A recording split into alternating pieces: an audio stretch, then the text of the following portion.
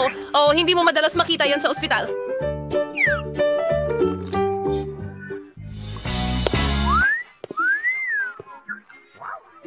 Woohoo! Grabe! Wow! Ay! Ngayon pakiramdam ko na pahiya ako. Guys, gusto ko ang mga mukha ninyo. Nagpapadala ako ng halik sa inyo. In love ako! Wow! Oh, ang galing niya! Oh, sandali! Saan ka pupunta? Umupo at maghintay. Magandang hapon! Magandang hapon! Maupo ka sa upuan! Sige! Oh, wow! Pasensya na, medyo clumsy ako ngayon. Ay, ito na ang pagkakataon ko. Sige, Lily Lola, panahon mo na. Tama na ang pag-upo sa mga bolang ito. Oras na para makalanghap ng sariwang hangin. Oh, halika dito, sweetie. Oh, gusto mo ba ito? Oh, ang ganda! Sa tingin ko maganda rin ako. Ano ang pangalan mo? Ano yan? Hamsters? Oh, nakakahiya ka. Lumabas ka ng ospital. Oh, may baby ka? Sige, pumunta ka na. Oh, salamat, hi. Oh. Ano? Huwag mo nang tingnan yan. Kakainom lang niya. Oh, umiinom siya? Hindi ko iniisip na ganyan. Ano ito? Ang pagdating na may dalang isda ay sukdulan ng paglabag. Lumabas ka!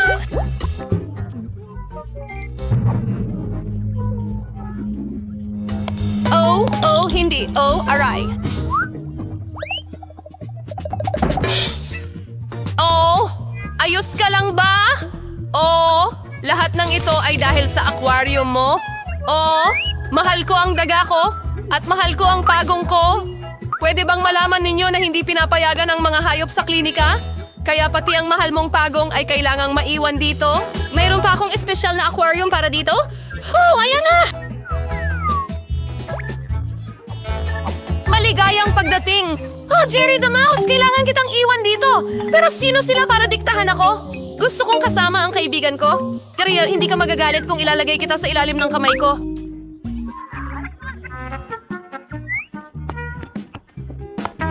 Idodoble ko pa ang botones ng takip para maginhawa si Jerry. Oh, perfecto! At ang pintuan ng bahay na ito ay magiging pinakamaganda sa hugis ng pulang puso. Halika na! Sigurado akong magugustuhan mo ito. Tara na! Teka lang.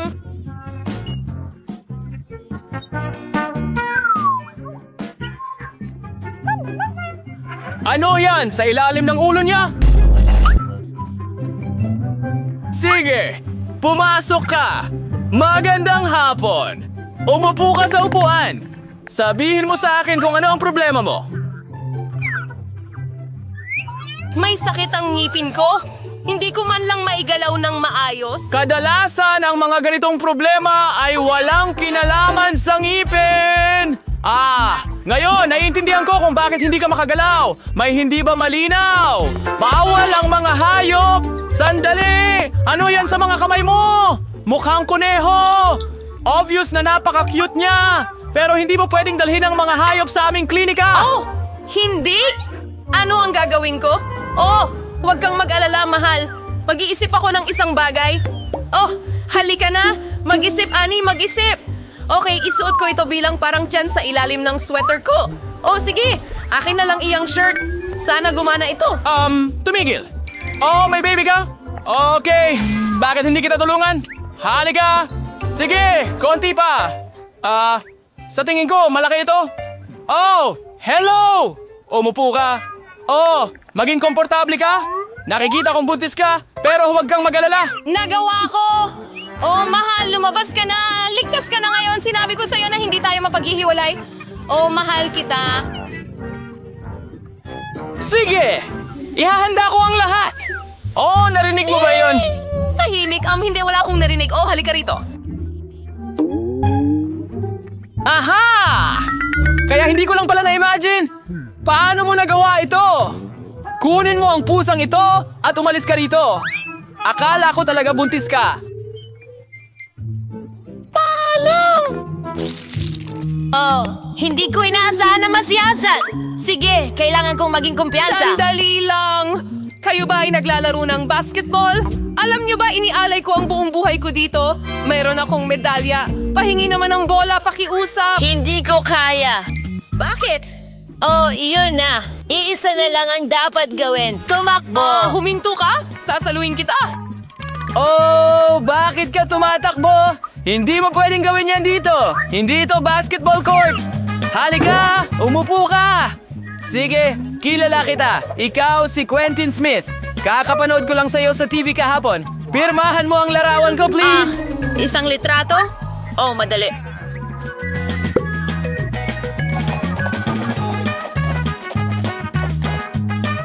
Huwag mo akong pasalamatan. Oh? Oh, maraming salamat. Oh, huwag na! Doktor, may tinatago siya! Ayaw niyang bitawan ng bola! Ibalik mo na ngayon! Aakuin ko ito! Ano ang nangyayari? Oh, hindi! Oh, alam mo, sa tingin ko, alis na ako. Salamat. Tigil! Nakakuha ako ng autograph mula sa kanya. Sa tingin ko, hindi sila pumapayag ng mga hayop sa dental office. Pero pwede kong iwan si Erie dito. Habang abala ang nurse na ito, sa tingin ko ay lulusot ako at kukuha ng puting coat. Sa tingin ko, wala silang problema sa mga empleyado nila. Sige, gawin na natin ito! At itatago ko si Erie sa medical na bagay na ito. Napakatalinong plano. Anong ginagawa mo? Gamit ang iyong telepono habang nasa trabaho pero nagawa ko ito? Tara na. Oh, okay. Kung ano man.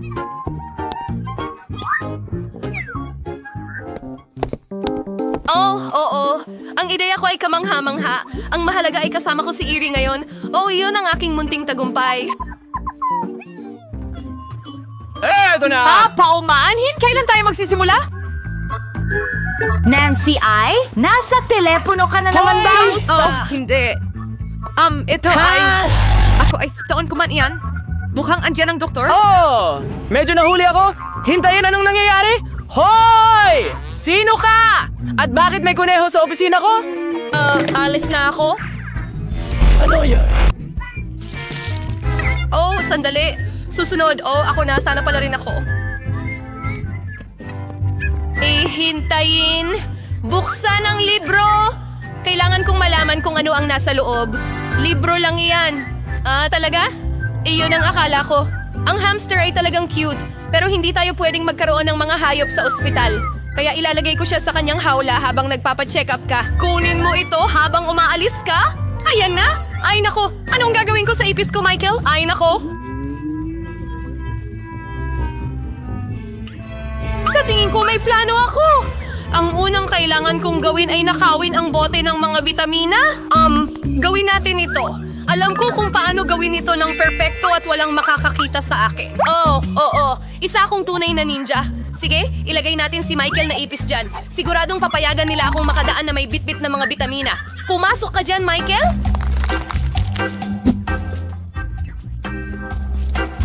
Perfecto! Siya lang... Oh, sandali. Ano ang nasa garapon? Bitamina? Sige, maaari mong kunin ang mga ito. Pumasok ka! Oh, hello? Hindi kita nakita doon? Maupo ka! Magsimula na tayo. Michael, buhay ka pa ba dyan? Nasa posisyon na tayo. Pwede kitang palabasin ng ilang segundo pero huwag kang mag-alala. Hindi na ito magtatagal. Ipapatingin ko lang ang mga ngipin ko at pagkatapos ay uuwi na tayo. Oh, nasaan na ito? May hinahanap ka ba? Nagmamadali lang ako. Para sa bitamina. Oh, buti na lang at meron ka. Ibigay mo sa akin. Siguro nang wala sila? Oh, ang weird! Nasaan ang lahat ng bitamina? Bakit walang laman ng drawer? Oh, ano iyon? Sino ang dinala mo dito? Nakakahiya ka! Lumabas ka! Oh, sige. Isasama ko lang si Michael sa akin. Kaibigan ko siya. Magsisimula na tayo ng hamon. Oh, may maliit akong pizza. Well, at ako naman ay may karaniwan. Normal na laki. Amoy, masarap. Mga babae, may malaki akong pizza. Magsimula tayo sa akin. Kaya kong tapusin ang pizza ko ng mabilis. Siguradong hindi ako Sige na. Pero hindi ako nadudumihan. Sige, tuloy lang. Sige, Pennies. Gagawa talaga ako ng ganitong hiwa dito? Tingnan mo, ang astig. Hindi tulad ng regular na tatsulok na piraso na sobrang boring. Gusto ko ng spiral na pizza. Wow! May kumain na ba ng ganito? Siguradong wala pa. Ito ang aking paraan. Magpatuloy. Oh, napakabilis na paraan ito ng pagkain ng pizza. Mga tatsulok sila at pinapatong natin sila sa isa't isa. Voila! Sige. Sa harap mismo ng iyong mga mata, mawawala na ang pizza ko. Ang galing.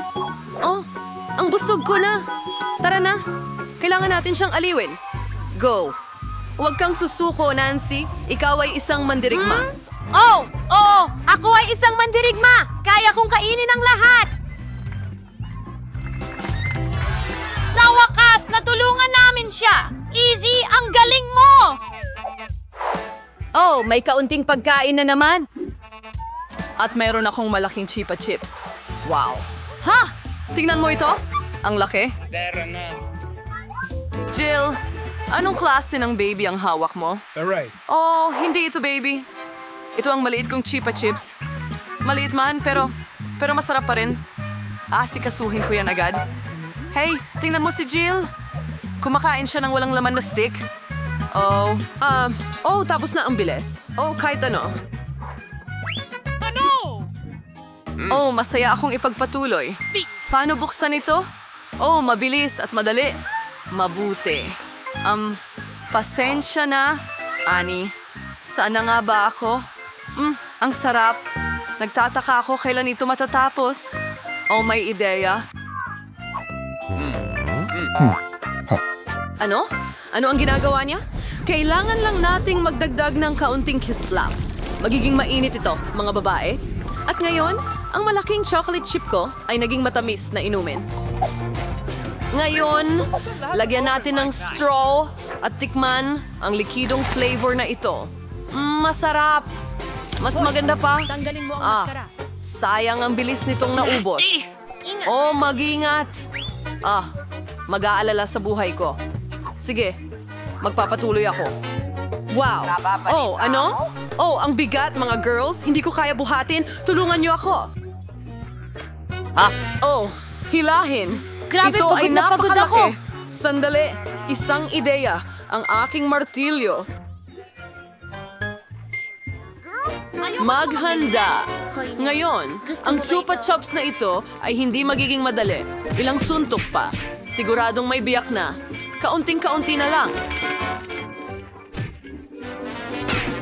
Astig. Ngayon ikaw naman. Huli na.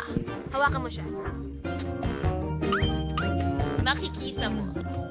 Ang sarap. Gusto ko pa ng sobra. Or Oh, halos ubos na. Ubusin ko lahat. Ang mga mumo ang pinakamasarap.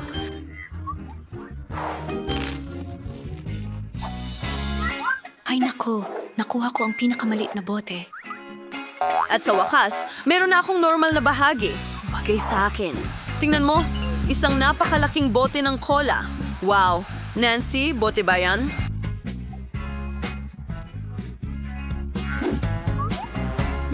Sige, ikaw na matamis na bagay. Oh, tingnan mo. Ang interesante. Yun na. Tapos na ba? Pero gusto ko pa. Ngayon ikaw naman. Aha! Huwag kang mag-alala. Ayusin ko ito agad. Napakatamis at sobrang sarap. Maganda. Lasa. Parang, merong kung ano sa ilalim. Kailangan ko itong makuha. Hindi kita maiiwan dyan, Candy. Oh, ang daliri ko, na-trap. Hindi, tutulungan kita. Oh, hindi ito nagtagumpay. Sandali, mayroon akong tamang solusyon. Kailangan natin ng langis. Halika sa akin ang daliri ko. Ang ibig kong sabihin ang daliri mo. Ililigtas kita. Ayan na. Ngayon, perfecto na. Huwag mo akong pasalamatan. Ani, sige. Madali lang.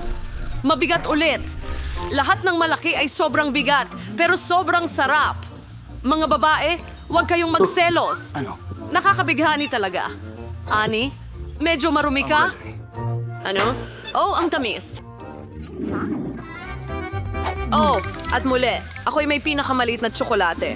Sapat na yan para sa akin. Mga babae, meron akong higanteng tsokolate. Isang ideya.